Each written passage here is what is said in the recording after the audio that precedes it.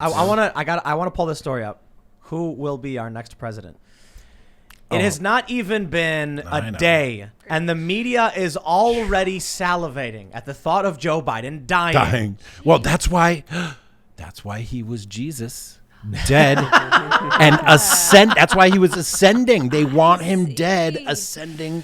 Okay, well, hold on. Right. Quartz writes the story. What happens if Joe Biden dies in office? Seriously, guys, it's not even been a day. The dude just got in, but we knew that was the game the whole time. They wanted Kamala Harris to be the nominee, and Tulsi Gabbard dropped a gravity bomb and wiped out her campaign. So Joe Biden was their only hope. And then they had that funny play where all the Democrats drop out and endorse Joe Biden. That was the only choice. Then Joe Biden was able to beat Bernie Sanders. And so as soon as it happens, I'm willing to bet they wrote this story before. They were sitting on it. Yep. They were waiting. Here's it from Quartz. What happens if Joe Biden dies in office?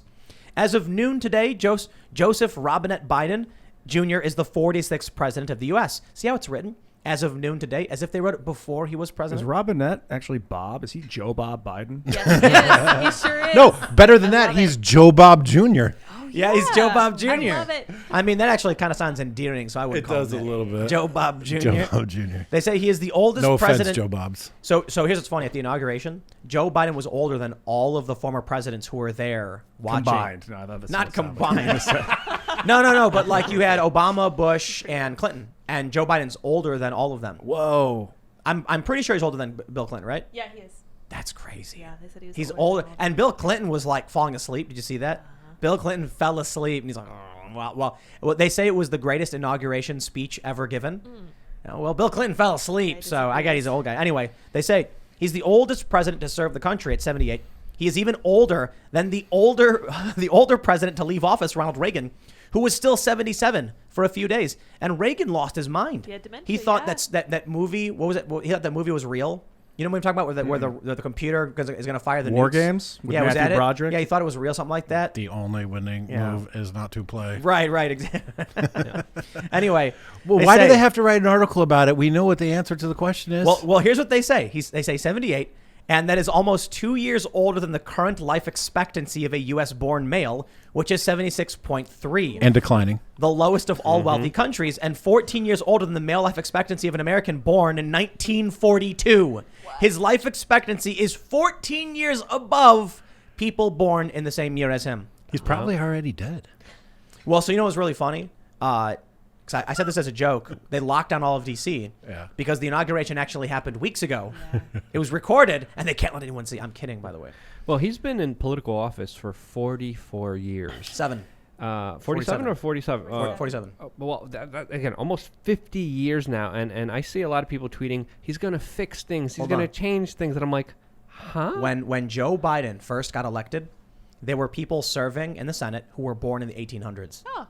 I don't know if that fact check me, because I saw that on Twitter from a journalist. They said, Right. Yeah, that makes sense. They were talking about how Joe Biden was like he was one of the youngest or the youngest at the time senator to get elected 47 years ago. And there were people who had been born in the late 1800s who are still serving. Isn't that crazy? And they gave him the nuclear football today. Yeah. Another sensationalistic garbage story that we saw in the mainstream media was Donald Trump stealing the nuclear football, and other left-wing Twitter personalities with real actual Trump derangement syndrome talking about, I think he's going to set off some nukes before he goes. Literally, that's the hyperbolic fear-mongering, paranoia, disinformation nonsense that was out there today. The Sun published that Trump had taken the nuclear football with him to Florida. And so I tweeted out the story like, wow. And then I saw the video of the football being delivered to Biden. And I was like, oh, come on, you guys. Well, let me read some of this. They say this. It's happened before. A seamless transition of power in the case of unexpected events is a hallmark of a functioning democracy. Biden is healthy and vaccinated, but given his age, it's responsible to ask what happens if he gets ill while in office or worse, dies.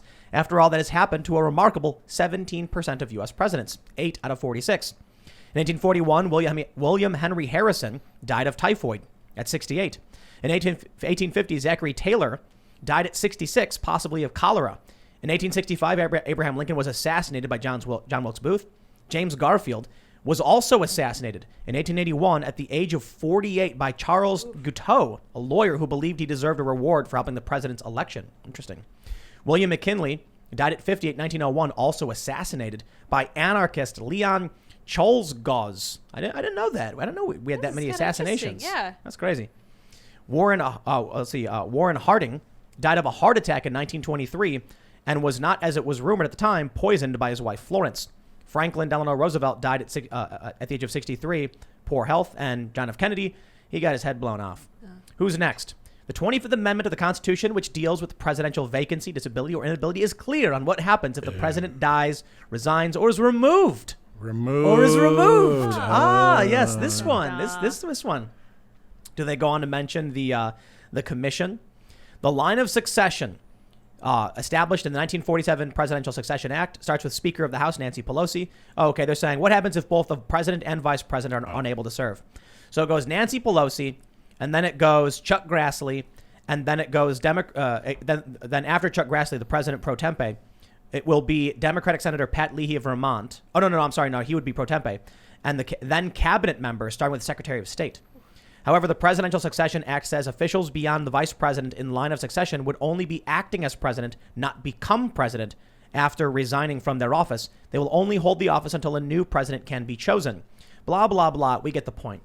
The media is going to start ramping up this kind of rhetoric because it's responsible to ask. Joe Biden's 14 years older than his life expectancy for his generation. So, yeah. President Kamala, who did she pick as VP if that's the case? Hillary? Good Lord. And then Kamala has an unfortunate accident. Yes. Yes. And then Hillary becomes president. And the circle is complete. Yes. You know, I have a tweet in 2018 that's just sitting there waiting to get brought up. It's Kamala Harris will never be president. Mark it down. And it's becoming clear that's at risk. It's good that you embrace it, though. I'm Don't run from it. I'm not running from the tweet, but man, Kamala Harris presidency sounds terrifying to me. Although, effectively, what do we have now? Anyway, I mean, it's going to be all the same policies, all the same procedures, all the same appointees, all the same crap happening. I said I thought Kamala Harris was going to be president at one point, and then Tulsi Gabbard, nuked her campaign. And so maybe that will end up coming true to a certain degree. I will take credit for my completely accurate prediction, which no one saw coming, that Joe Biden would be inaugurated without a hitch. And it was crazy because so many people were like, I don't know, man. I'm hearing this stuff. And I'm like, dude, I said 99.99999% chance Joe Biden's going to get inaugurated. After the election, there was I gave it like a 3 to 5% chance Trump pulled something off because the lawsuits didn't happen yet. And then after the lawsuits failed, I was like, it's gonna be Joe Biden. It's Trump against the establishment, the cronies. He's got no allies. He's got his supporters. That's great. It's a lot of people. And that's about it. The Republicans don't like him. They want him gone. And that's why I think they might actually convict him in the Senate. They might say, well, insurrection is a very serious thing and this country must get back on track. In order to unify, we're going to vote with our Democratic counterparts. And that's it. Trump can't run again in 2024. Convicted of inciting insurrection. I keep hearing that the Republican Party is trying to scrub Trump and all the signs of Trump out of the party. Do you guys think that's what they're doing? Do you think it's a good idea? Of course they will. Yeah. But you know what I love the most? Joe Biden is going to be inheriting quite a budget crunch from President Trump. Yeah, that's what Lisa Simpson said in the Simpsons episode where she becomes president. We've inherited quite a budget crunch from President Trump. And then Trump got elected, and the deficit increased, and the debt increased, and now there's Biden. But it's okay because the budget crunch is meaningless when money printer go burr. It just means that you, the American citizen, will see your buying power diminish. I hope you've been paying attention to your ability to buy foreign goods. So, what people don't seem to understand about the minimum wage and economics is that trade within your, trading block, your country or whatever, can be fairly static because if you're going to trade with someone next door, like let's say your neighbor's got, eggs, they got a bunch of fresh eggs, and then you're like, I've got some freshly chopped wood. You have a kind of understanding on how much work you would be willing to do. When we see inflation in this country, it's going to change the way we import goods from other countries because that's where the change is going to really, really impact you, which is why computer components have been skyrocketing in cost. So we've been trying to do a bunch of IT stuff, and we've been getting hit with, certain computer components. I think motherboards may have gone way up. You want to build a computer, it's getting harder. You want to buy a tablet, the price is already up 30, 40%. That's happening right now. Not to mention, wow, dude, is property skyrocketing. We are on track to be like Ukraine, where A ton of ultra wealthy corporations and individuals will hold the majority of the wealth, and regular people will be desperate and unable to pay their bills. What's really amazing about Ukraine is that my assumption I've been there several times, I have friends there, was that property must be really cheap for an American. You know, they're how did we lose connection? That's weird. Of all the times to lose connection, that makes no sense because we have great internet. But I'll continue the story anyway. Yeah. So I assumed that property would be cheap because the exchange rate for $1 to the hryvnia, is probably pronouncing it terribly, is really, really high. It's getting higher and higher and higher, especially with the instability. And no, it turns out if you want to get property in Kiev, it's comparable to American prices. Why? Because oligarchs run the country. So, and we're back. Yay. For whatever, that was weird. So anyway, long story short, when you have a country that functions very much like Silicon Valley, the ultra wealthy are rich, will always be rich, and they control the flow of money. The poor people will never make enough to buy property ever again, and that will maintain the oligarchy. And that's where we're going to right now. The mass printing of money will make it so that regular people will never own anything. And doesn't that sound familiar? In the future, by 2030, you'll own nothing, and you'll be happy. Like it. Yeah, you'll love it. Yeah. I mean, we clearly live in an oligarchy today, a uniparty. The corporations are oligopolists. They're working in. It's a cabal at this point, basically. All right. Well, let's not be negative Nancy's. Let's. I think we should take some time and appreciate the good things that Biden and Harris are really great at.